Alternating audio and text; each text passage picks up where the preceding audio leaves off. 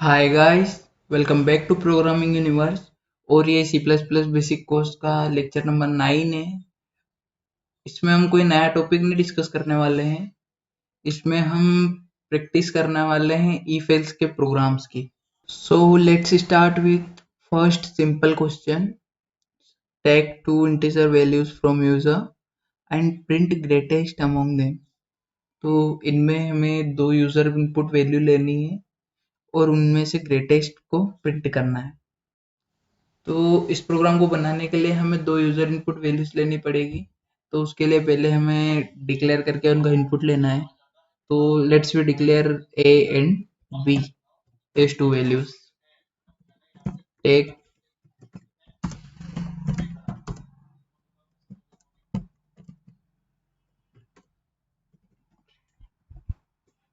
First value input as ए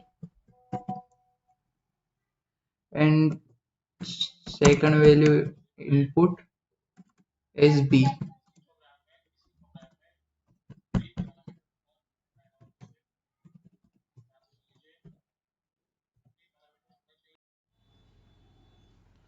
तो अब हम यहाँ पे वो वाली कंडीशन लगाएंगे कि if A is greater than B then cout the greatest number is A, else cout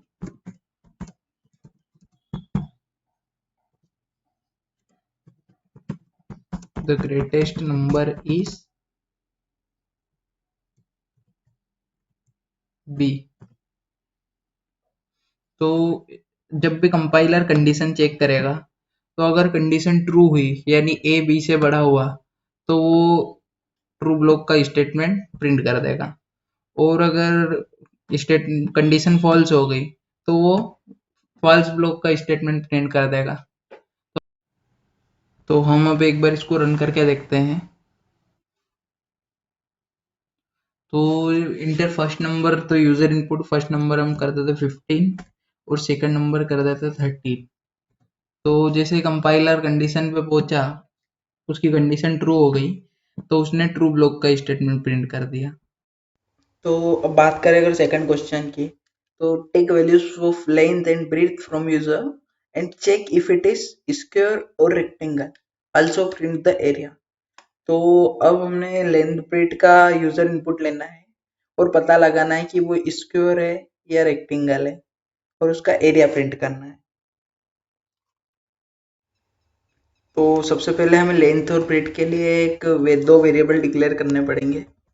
तो for length it's to be L and for breadth it's B.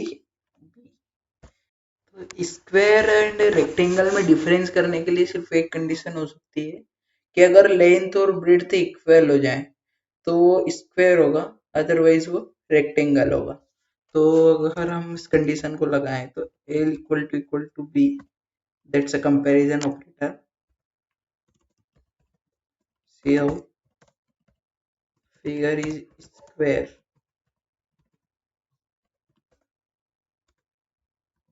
else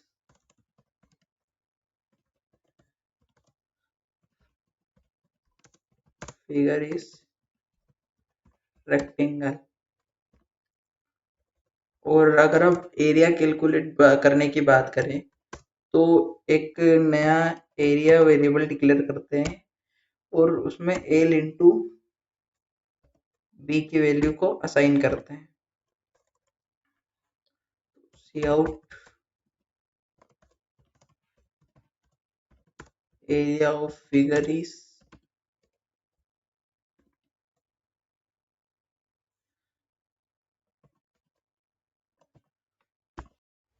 तो अब इसको रन करके देखते हैं।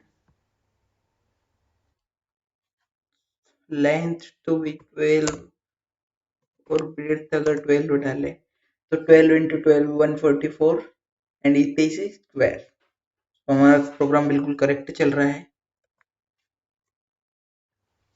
तो अब बात करें थर्ड क्वेश्चन की, तो इसमें हमें स्कूल का ग्रेडिंग सिस्टम दिया है और यूजर से उसके मार्क्स या परसेंटेज में पूछने हैं हमें, और उनके करेस्पॉन्डिंग हमें ग्रेड प्रिंट करना है। इस प्रोग्राम को बनाने के लिए हमें इफ एल्स लेटर का यूज करेंगे। तो सबसे पहले हमें एक परसेंटेज लेने के लिए एक इनपुट वेरिएबल की जरूरत पड़ेगी। तो वेरिएबल डिक्लेयर करने के बाद हम उसका इनपुट लेंगे, इंटर द परसेंटेज।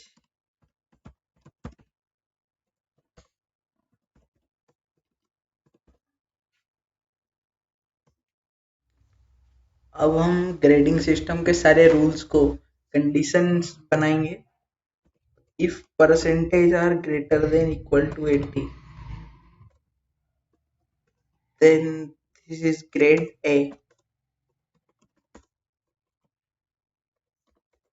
अब नेक्स्ट कंडीशन बनेगी else if percentage are greater than equal to 60 and then percentage are less than 80.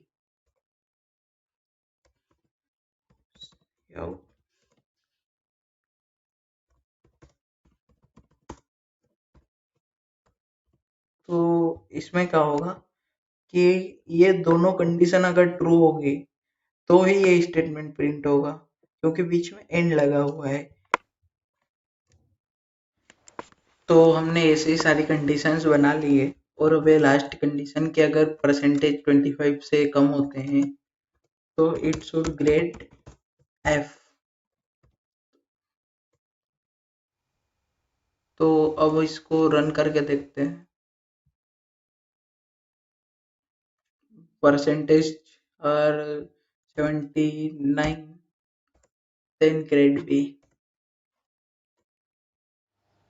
So the fourth question is write a program to check whether a entered character is lowercase or uppercase.